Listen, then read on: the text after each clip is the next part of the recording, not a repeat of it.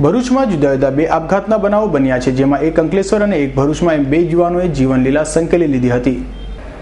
ભરૂચમાં રહેતા અને નાના ભાઈ અલ્પેશ ડોડિયાએ જે ભરૂચ ખાતે GNFCમાં કોન્ટ્રાક્ટ તરીકે નોકરી કરે છે અને ત્યારે એ દહેજના વિલાયત ખાતે જ્યુબિલિયન્ટ કંપનીના ચાલતા ગ્લોબલના કોન્ટ્રાક્ટમાં મિકેનિકલ ટેકનિશિયનની નોકરી કરતો મનીષ ડાહિયાભાઈ ડોડિયા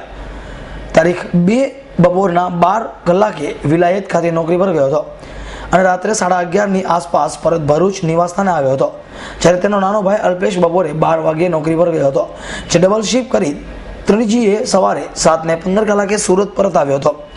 ઘરનો દરવાજો ખખડાવતા મોટા ભાઈએ દરવાજો ખોલ્યો ન હતો, જેથી અલ્પેશે ઘરની બારીમાંથી ડૂક્યો કરતા તેના મોટા ભાઈ મનીષને લટકેલી હાથમાં જોયો હતો। બનાવની જાણ સી ડિવિઝન પોલીસને કરાતા પોલીસ દોડી આવી ઘરનો દરવાજો તોડી પંખાના હુક પર પ્લાસ્ટિકની દોરી વડે લટકેલ મનીષની લાશને નીચે ઉતારી હતી। પૂછપરછ દરમિયાન નાના ભાઈ અલ્પેશે પોલીસને જણાવ્યું હતું કે મારા લગ્ન થઈ ગયા, પરંતુ મોટા ભાઈ મનીષને કોડ હોય તેને લગ્ન થતા ન હતા, જે ચિંતા એને સતાવતી હતી, આથી તેને આ પગલું ભર્યું હોવાનું મનાઈ રહ્યું છે।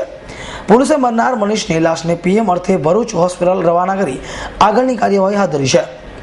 ફાંસોખાઈ આપઘાત બીજા નંબરમાં અંકલેશ્વર GIDC પોલીસ મથકની હદમાં આવેલ બન્યો હતો, જેમાં મૂળ અમદાવાદ બાપુનગર ઝુંપડપટ્ટી અને અંકલેશ્વર ખાતે બાબરાનાથ ચાલ પાછળ આવેલ ઝુંપડપટ્ટી પરિવાર સાથેની પેપર પસ્તીની લારી ખેંચવાની મજૂરી કરતા 19 વર્ષીય રાજેશ બાબુભાઈ પટણી પીવાની લતે ચડી જતા ઘરે મોડો આવતો હતો, જેથી વિધવા માતા શાંતાબેને ઠપકો આવ્યો હતો,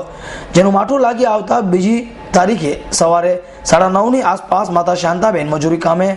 ઘરે એકલો હોય ઘરના છાપરે પોતે પહેરેલ શર્ટ વડે લટકીને નીચે મૂકેલ પીપની લાત મારી ફાંસોખાઈ જીવન સંકેલી લીધો હતો।